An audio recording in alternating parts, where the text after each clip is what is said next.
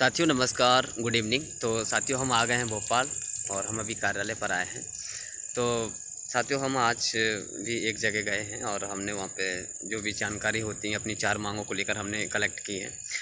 लेकिन साथियों मैं आपको बता दूं, बहुत से लोगों में इंतज़ार रहता है कि प्रोटेस्ट करने का, कि उससे चीज़ें सॉल्व हो सकती हैं। तो देखो हमने अभी हाल ही में आपने देखा होगा कि 10 तारीख को हमने किया ही था, है ना। और उसके बाद संख्या उतनी ज़्यादा नहीं आई थी, ठीक है, क्योंकि जो लोग बोलते हैं वो फिर नहीं आते हैं। और ऐसा, और मैं आपको बता दूं उसका जो सॉल्यूशन है वो ऐसा नहीं है।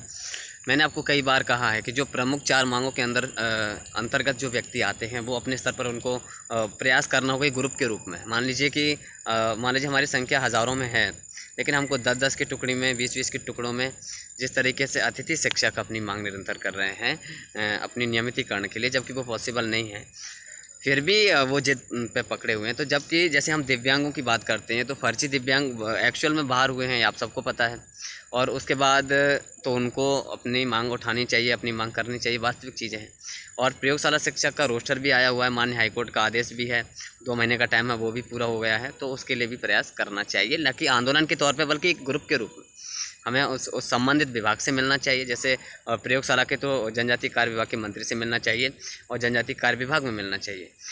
तीसरी बात, जो वेटिंग में हैं, जो उनके डॉक्यूमेंट वेरिफिकेशन हो गया है और उनके लिए अगर हम बात करते हैं तो उनके लिए बस यही है कि जो चीज़ें अगर सॉल्व हो सकती हैं तो वो सिर्फ अपने प्रयास से हो सकती हैं।